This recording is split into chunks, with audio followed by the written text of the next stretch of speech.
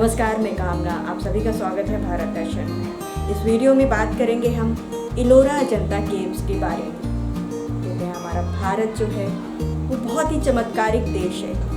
इसकी हर एक काल में एक अपनी अपनी अलग कहानियाँ रही हैं, महान है। ऐसी ही स्टोरी है इलोरा अजंता केव्स की, जिसे यूनेस्को वर्ल्ड हेरिटेज में शामिल किया गया। ये औरंगाबाद में है। ये इसे मोनूमेंट कहा जाता है। ये केव्स है, कहते हैं ये 7-8 सेंचुरी में बनी।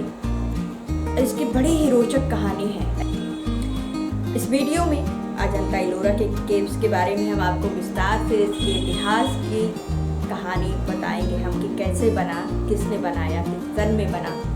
इस वीडियो में चैनल को सब्सक्राइब करिए। वीडियो अच्छा लगता है तो इसे लाइक और शेयर करना बिल्कुल मत भूलिए। अजंता और एलोरा की गुफाओं में ज्यादा दूरी नहीं है। दोनों ही एक गुफाएं जो है महत्वपूर्ण ऐतिहासिक केंद्र है। अजंता की गुफा लगभग 200 साल ईसा पूर्व की बनी हुई है। चट्टानों को काट करके इन्हें बनाया गया था, जिनमें हिंदू, बुद्ध और जैन धर्म के चित्र, मूर्ति, इस तरह से ये कलाकृतियां जो यहाँ पर जब आते हैं तो आपको देखने के लिए मिलती है। अजंता की गुफाओं को सन 1983 में यूनेस्को द्वारा विश्व विरासत का दर्जा दे दिया गया। अपने विचित्र चित्रकारी के लिए विश्व विख्यात अजंता की गुफाएं औरंगाबाद से 107 किलोमीटर पूर्वोत्तर में बरगुना नदी घाटी के 20 किलोमीटर गहरे बाएं छोर पर एक चट्टान के अक्रिय पत्थर की परतों को खोखला करके ये मंदिर बनाया गया। लगभग 30 गुफाओं के इस समूह की खुदाई पहली शताब्दी में हुई और 7वीं शताब्दी के बीच 2 रूपों में की गई थी, चैत्र मंदिर और विहार मठ। यद्यपि इन मंदिरों की मूर्तियों का, खास करके चैत्र स्तंभों का अलंकरण अद्भुत तो है ही, लेकिन अजंता की गुफाओं का मुख्य आकर्षण जो चित्रकारी है। इन चित्रों में जो बौद्ध धर्म की आख्यानों और देवताओं का जितनी प्रचुरता और जीवंतता के साथ चित्रण किया गया है, वो भारतीय कला के क्षेत्र में अद्वितीय है। प्रथम शताब्दी में हुए बौद्ध विचार में अंतर से बुद्ध को देवता का दर्जा दिया जाने लगा और उनकी पूजा होने लगी और पूर्णतः बुद्ध को पूजा अर्चना का केंद्र बनाया गया, जिससे महानायक की उत्पत्ति हुई। पूर्व में शिक्षावादियों ने गुफाओं को 3 समूहों में बांटा था, किंतु साक्ष्यों को देखते हुए ये शोधों के चलते उन्हें नकार दिया गया। उस सिद्धांत के अनुसार 200 ईसा पूर्व से 200 तक का जो समूह है, द्वितीय समूह 6वीं शताब्दी का, ये तृतीय समूह 7वीं शताब्दी तक का ही माना जाता है।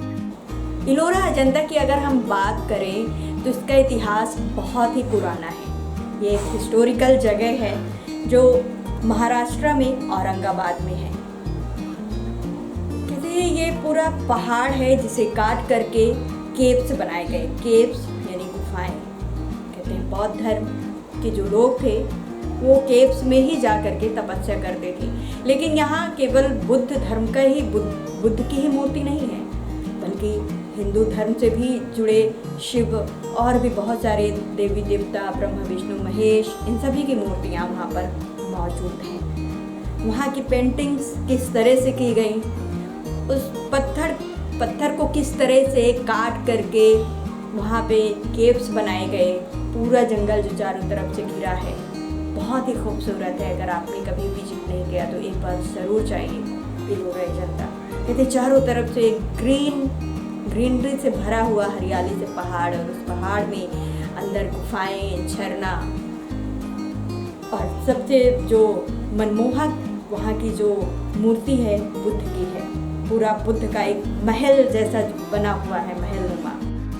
बौद्ध तथा जैन संप्रदाय द्वारा बनाई गई ये गुफाएं सजावटी रूप से तराशी गई हैं, फिर भी इनमें एक शांति और आत्मा झलकता है तथा ये दैवी ऊर्जा और शक्ति से भरपूर है। 2री शताब्दी डीएस में आरंभ करते हुए और 6वीं शताब्दी एडी में जारी रखते हुए अजंता की ये गुफाएं पहाड़ को काट करके विशाल घोड़े की नाल के आकार में बनाई गई।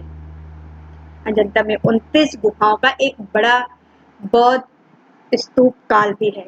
गुफा चित्रकला और शिल्प चित्रकला के उत्कृष्टतम उदाहरणों में से ये एक है।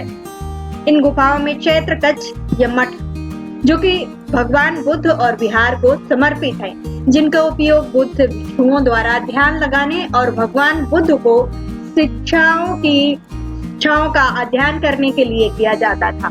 गुफाओं की दीवारों तथा छतों पर जो बनाई गई है तस्वीरें भगवान बुद्ध के जीवन की विभिन्न घटनाओं और विभिन्न बुद्ध जो देवताओं की घटनाओं का चित्रण करते हैं, उसमें से सर्वाधिक जो महत्वपूर्ण चित्रों में जातक कथाएं हैं, जो कि बौद्ध उत्सव के रूप में बौद्ध के पिछले जन्म से संबंधित विविधता कहानियों का जो चित्रण करते हैं, ये वो हैं।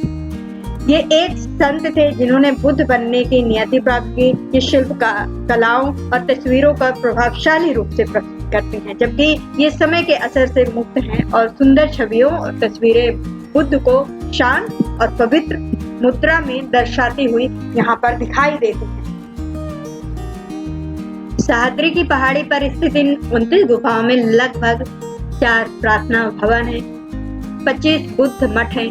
इन गुफाओं की जो खोज आर्मी ऑफिसर जॉन स्मिथ व उनके दल द्वारा सन 1819 में की गई थी। वे यहाँ शिकार खेलने आए, तभी उन्हें ताकतवर 29 गुफाओं की एक श्रृंखला नजर आई और इस तरह से ये गुफाएं पूरी दुनिया में प्रसिद्ध हुई। अजंता की गुफाओं की जो दीवारें हैं यहाँ पर, इनके खूबसूरत अप्सराओं, राजकुमारियों, विभिन्न मुद्राओं वाले सुंदर चित्र भी उकेरे गए, जो यहाँ के उत्कृष्ट चित्रकारी व मूर्ति कला के बेहद ही सुंदर नमूने पेश करती है। अजंता की गुफाओं को 2 भागों में बांटा गया। एक भाग में बौद्ध धर्म के हनियान और दूसरे भाग में महायान संप्रदाय की झलक देखने को मिलती है। हनियान वाले भाग में 2 चैत्र और 4 विहार तथा महायान वाले भाग में 3 चैत्र और 11 विहार हैं। ये 19वीं शताब्दी की गुफाएं हैं, जिसमें बौद्ध भिक्षुओं की मूर्ति चित्र इनमें है और पहाड़ों और छैनी की सहायता से तराशी गई ये मूर्तियां अपने आप में एक अप्रतिम सुंदरता को समेटे हुए हैं। ये अपनी ओर आकर्षित करते हैं। यदि आप दुनिया में घूमने के शौकीन हैं तथा लोकप्रिय हैं, तो अजंता एलोरा आपके लिए एक अच्छा पर्यटन स्थल है। अजंता में मौसम पर्यटन के घूमने और मस्ती करने में बाधा नहीं बनता।